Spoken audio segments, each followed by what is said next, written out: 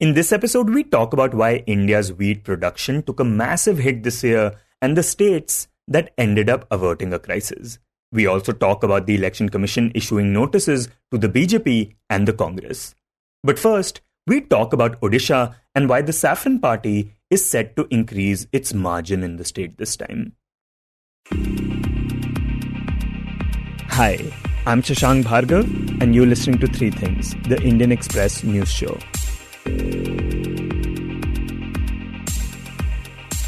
During the ongoing Lok Sabha polls, we have been taking a stock of the political landscape in states across the country, analyzing key issues influencing voter sentiment, the performance and promises of incumbent governments, and the poll strategies of major political parties. And today, we focus this lens on Odisha, which is witnessing simultaneous elections for both the State Assembly and Lok Sabha. Now, this is a state where the Biju Janata Dal's Naveen Patnaik has been at the helm for nearly 25 years. And if he wins again, he could become the country's longest-serving chief minister. But at the moment, he faces a challenge from the BJP, which since 2014 has been steadily increasing its margin in the state. But to what extent will it be able to do that this time? How popular does Naveen Patnaik continue to be? And could this be the toughest election that he has faced in the last 25 years? To answer these questions and much more, we are joined by Indian Express's Sujit Bisoyi. Sujit, it has now been over 24 years since Naveen Patnaik has been the chief minister of the state. Talk about how popular he continues to be. Well, he's still the most popular leader in Odisha, and he continues to enjoy that popularity. But what has changed if we compare to 2019 and 24, because of his aging factor, maybe he's not able to campaign that enough. So BJP has been making all-out effort to raise power, not just in Lok Sabha, but it's trying to not just to win maximum seats from Odisha in Lok Sabha, but also to raise power from BJD in the Vidhan Sabha election as well. Right, and both these parties were in an alliance in the state for a long time. In fact, even this time they were very close to partnering up again, but that did not happen. So tell us a bit about that history. So BJD and BJP were in alliance government in Odisha from 2000 to 2009. And BJD then broke the alliance before 2009 full after BJP was decimated in Odisha actually. So they slowly tried to build their organization. Although the entire country swept by the Narendra Modi wave in 2014, it didn't impact at all Odisha because Naveen Patnaik that year won almost 117 assembly seats out of 147 and 20 out of 21 Lok Sabha seats. Right, the Modi wave did not affect Odisha that year, but since then, of course, things have changed considerably. Talk about the kind of efforts we have seen the BJP and PM Modi make after that. So after Modi came to power, he constantly focused on Odisha. 2 members from Odisha were in the union cabinet. Then in terms of grant, they released huge amount to Odisha. Under the railway sector, during the UPA, Odisha was getting only 600, 700, 800 crore a year. But Modi government came, they increased it to 2-fold, 3-fold. So they tried in 2 ways. In terms of governance, they were trying to build a perception that Odisha is the focus area and they are more interested in Odisha's development. So BJP for the first time, according to my opinion, they sensed that there is a strong, growing undercurrent in their favor, if not strong. In 2017 Panchayat poll, when they won 297 of total, some 850 odd Jilla Parishad seats, which was just 36 5 years back, in 2012. So after that, the party constantly invested in Odisha in terms of sending the top leaders and building organization. And that paid them off in 2019 when they increased their number from 1 to 8 in the Lok Sabha election and from just 16 seats to 23 seats in Vidhan Sabha. And also the BJP pushed the Congress to 3rd position and emerged as the principal opposition party in the state. And so it's not just because Narendra Modi's popularity has made BJP the most challenger in Odisha, but there is a kind of anti-incumbency against the Patnaik government because it is in power since the last 24 years. So that factor is also there, Shashank.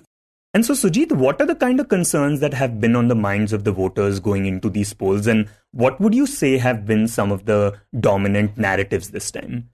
So there are several things, because Naveen Patnaik is not that active, which he was maybe 5 or 10 years back.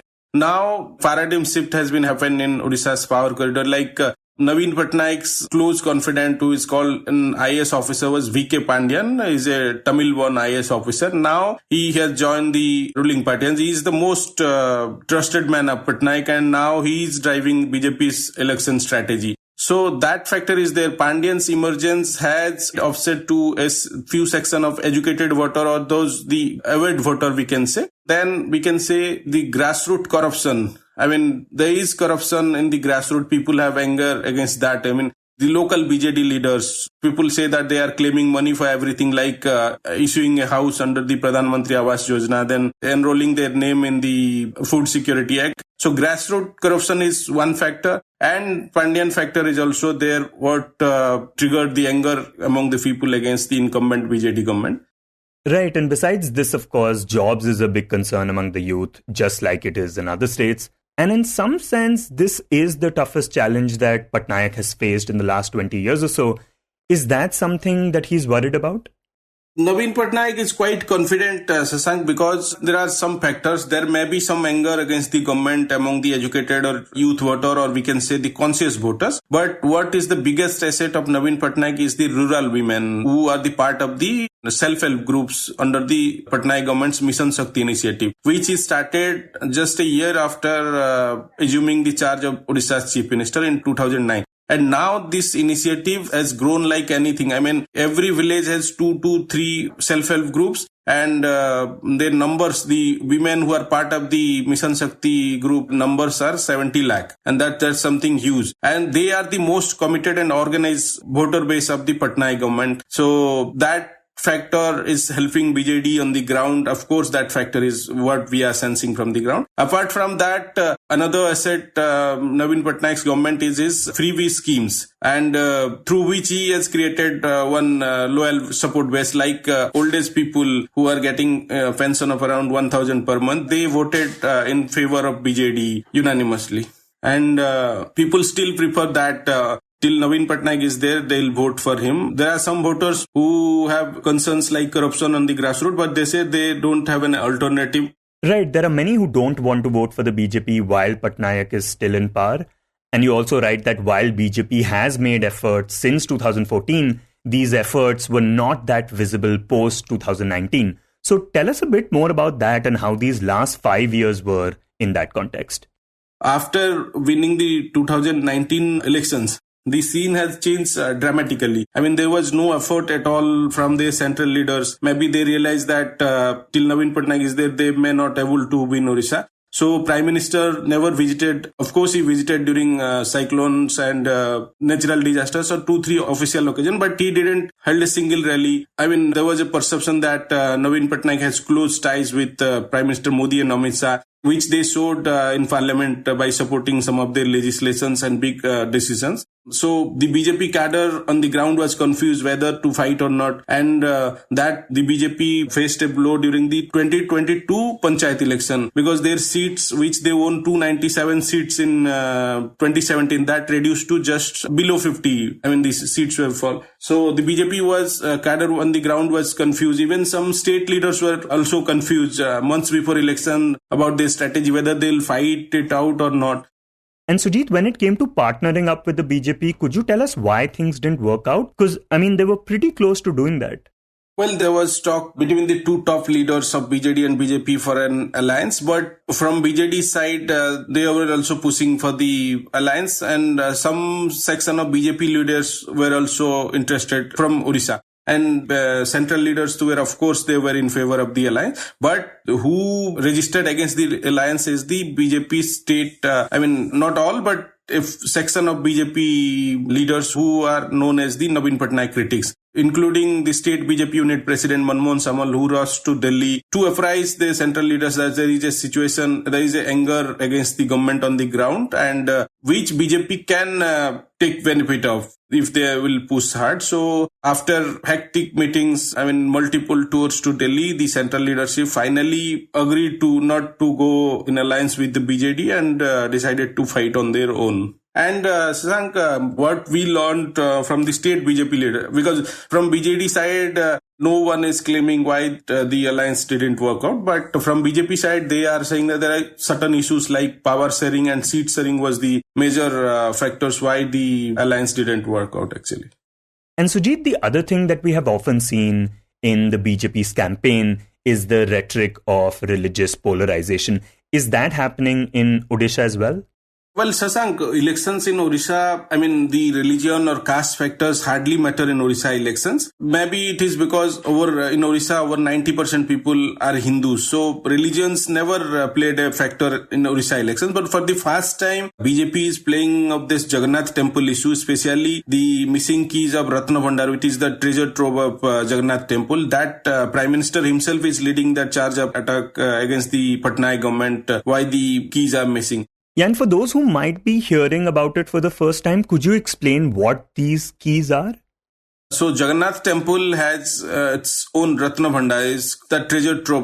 The ornaments which were donated by the erstwhile kings and devotees were stored in that Ratna Bhandar. And the inventory was last opened in 1978. Though it was opened again in 1985, the inventory was not done. So no one has that information about the safety of the jewelers stored inside that. Government in April 2018, the Patnaik government has made an effort to open it after direction from the Odisha High Court. But that didn't happen because the keys of the chamber, the Ratna Bhandar were missing. So there was huge outrage among the people. How can you lost the keys of the God's precious chamber? So the state government inquired a judicial inquiry. The inquiry commission has also submitted its report, but that has not been made public. Now BJP is looking an opportunity in this issue. They are making it an issue. Prime Minister himself has been leading the charge of attack against the Patnaik government that they have deliberately missed the keys, and he questioned whether the ornaments stored inside the Ratna Bhandar are safe or not. On May 20th, when the fifth phase polling was going on in Odisha, Prime Minister was addressing a rally in Cuttack. So in an indirect dig at VK Pandian, he said people are talking that the keys of Ratna Bhandar has been sent to Tamil Nadu.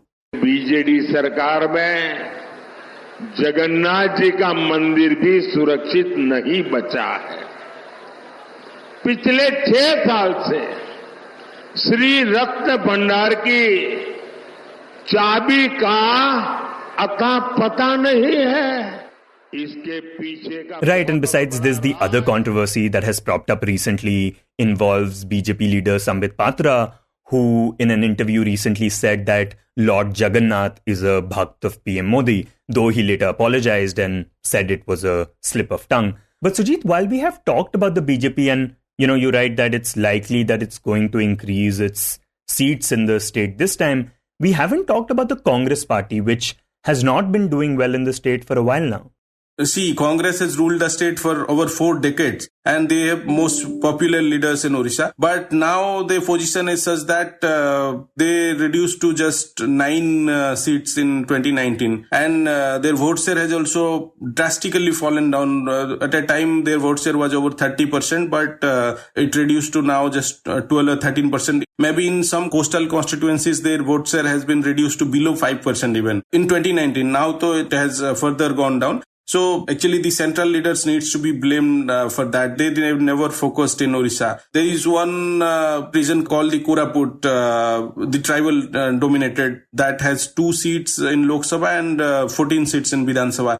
Congress still has over 30-35% vote share in that region. Had they pushed there, they would have won some seats from that, but they never tried at all. It would be right to say actually. And finally, Sujit, since these are simultaneous polls, could you tell us how similarly or how differently people in Odisha vote in the state versus how they vote in the Lok Sabha polls? Well, Shashank, in 2019, there was a peculiar trend we had seen in Odisha when people voted separately. For Assembly and for Vidhan Sabha, they preferred Naveen Patnaik, and for Lok Sabha, they preferred Narendra Modi and BJP. Especially, we had seen BJP had seen 8 seats in 2019. And despite in areas like Baleshwar, where BJD won all the Vidhan Sabha seat, despite that seat had gone to BJP in Lok Sabha. In Bhubaneswar, Aparajita Sarangi, a former IS officer, owned the seat on BJP ticket, but BJP failed to win a single Vidhan Sabha seat within Bhubaneswar region. So that trend we had seen in 2019, and most likely that scene may continue in 2024 votes as well.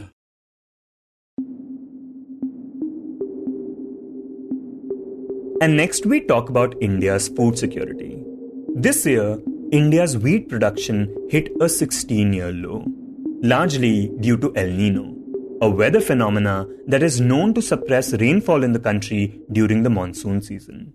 Several states suffered significant losses because of this, but a crisis was averted thanks to Punjab and Haryana, which together accounted for 75.5% of the total wheat procured by the centre in the current marketing season. To discuss why production was so low this year and how Punjab and Haryana maintained their yields, my colleague Niharika Nanda speaks to Indian Express's Rural Affairs editor Harish Damodaran. Harish, can you begin by talking about the wheat and the rice yield that India managed to achieve this year? See, I'll say that this year, if you ask me, the Modi government's biggest vote garner is basically ration, free grain, right? And the free grain doesn't come from the sky, right? Free grain, someone has to produce it. And I think this time it is actually the Punjab and Haryana farmers who have really delivered the goods. Because this time we had El Nino. Okay, because of El Nino, your rice production was affected very badly in places like Telangana, in the south, because there was no water. Like farmers couldn't even give proper, actually the acreage on the paddy fell in Telangana, even in eastern UP, in Bengal, etc. So you look at rice itself, it was only Punjab and Haryana which really delivered in a big way. In a normal year, maybe Punjab and Haryana would have delivered only, about 29%. This year, I think they've given close to 33%. And Punjab and Haryana's production did not fall because they have assured irrigation.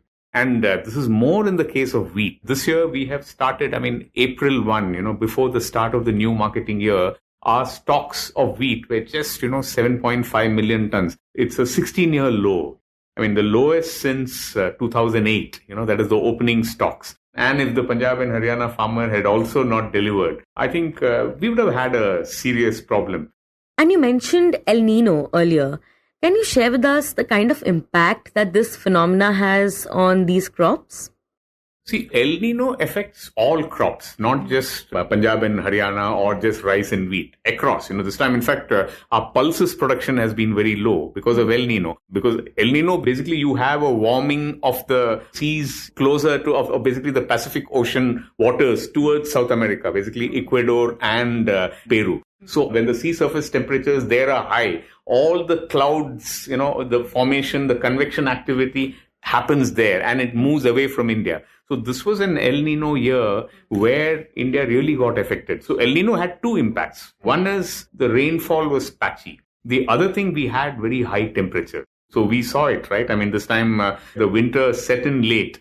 And this time we had record March temperatures. So this is the impact of El Nino. So El Nino is not just about low or whatever irregular rainfall, but it's also about high temperatures. And we've had very bad crops actually in Madhya Pradesh, in Maharashtra, in Gujarat, even in Rajasthan. And in those areas, in central India, farmers sow wheat early. They sow around, say, October 25th and those kind of things. So the winter came in late. And because of that, the crops' vegetative growth was affected. And you had very early flowering. So because of that, the yields were very low in these places. And if we look at the past couple of years, how has the production been in Punjab and Haryana?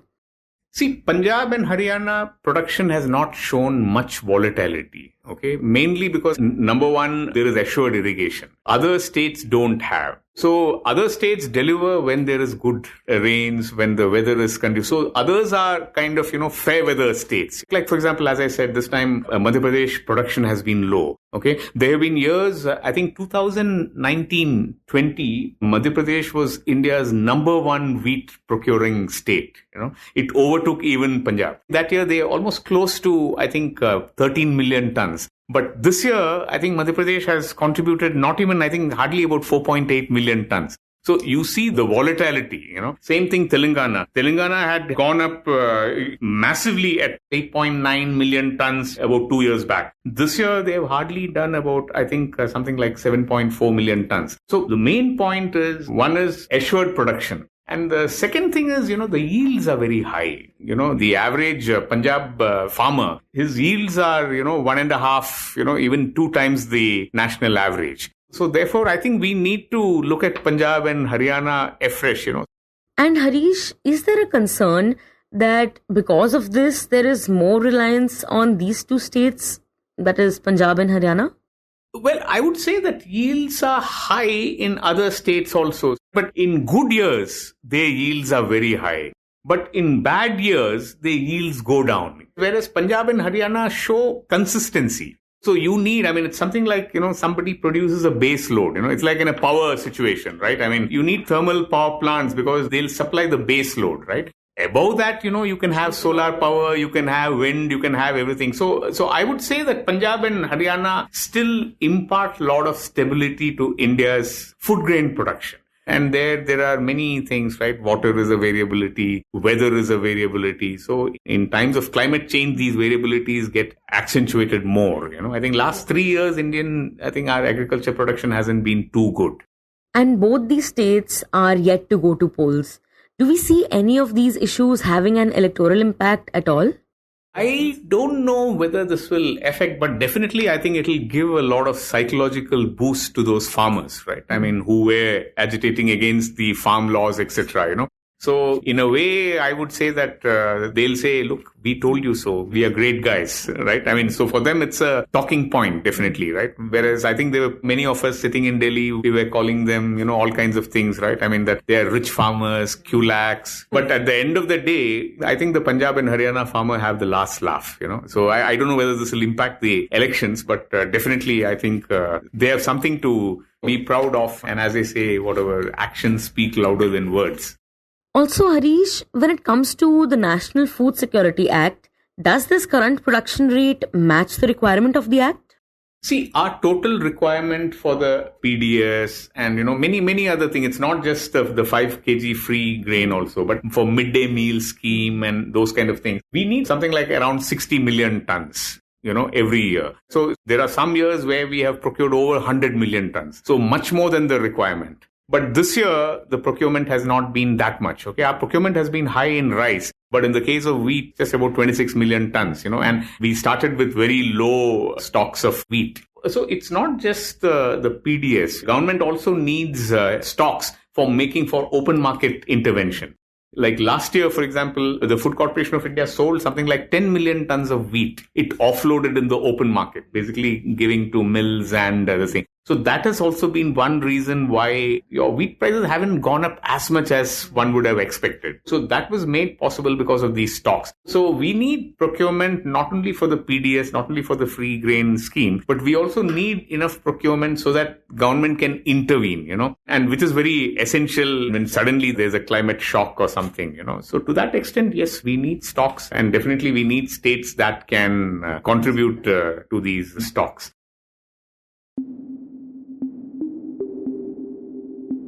And in the end, we talk about the Election Commission. Almost a month after issuing notices to BJP President JP Nanda and Congress Chief Mallikarjun Kharge over alleged model code of conduct violations by their star campaigners, the poll body yesterday directed BJP star campaigners to not make communal speeches and those of the opposition party to refrain from saying that the constitution may be abolished. Back in April, the Election Commission had broken from norms when it issued notices to the BJP and Congress presidents on complaints against Prime Minister Narendra Modi by the opposition and against Rahul Gandhi and Kharge by the ruling party. While the EC did not name PM Modi or Rahul Gandhi, it asked Nanda and Kharge for their comments on the star campaigner's alleged MCC violations. In the case of PM Modi, the complaint pertained to his speech in Rajasthan's Banswara, where he accused the Congress of appeasing Muslims, saying that the party would hand over wealth to infiltrators and those who have more children. The BJP's complaint against Gandhi was on his speech alleging PM Modi wanted one language in the country. In its orders to both party presidents, the Election Commission said that their responses to the notices were not tenable. Both presidents had defended the star campaigners. In the case of Nanda, the poll body directed him as the party president to also convey to all the star campaigners to not make speeches and statements which may divide the society. It also directed the BJP and its star campaigners to refrain from any campaigning methods or utterances along religious or communal lines. On the other hand, Kharge was asked to convey to Congress star campaigners not to make statements that give a false impression such as the Constitution of India may be abolished or sold, and to comply with its 2019 advisory regarding not mentioning defense forces while campaigning. You were listening to 3 Things by the Indian Express. Today's show was edited and mixed by Suresh Pawar and was produced by Niharika, Nanda and me, Shashank Bhargava. If you liked the show, then do subscribe to us wherever you get your podcasts. You can also recommend the show to someone you think will like it, share it with a friend or someone in your family. It's the best way to get to know about us. You can also tweet us at Express Audio and write to us at podcast@indianexpress.com.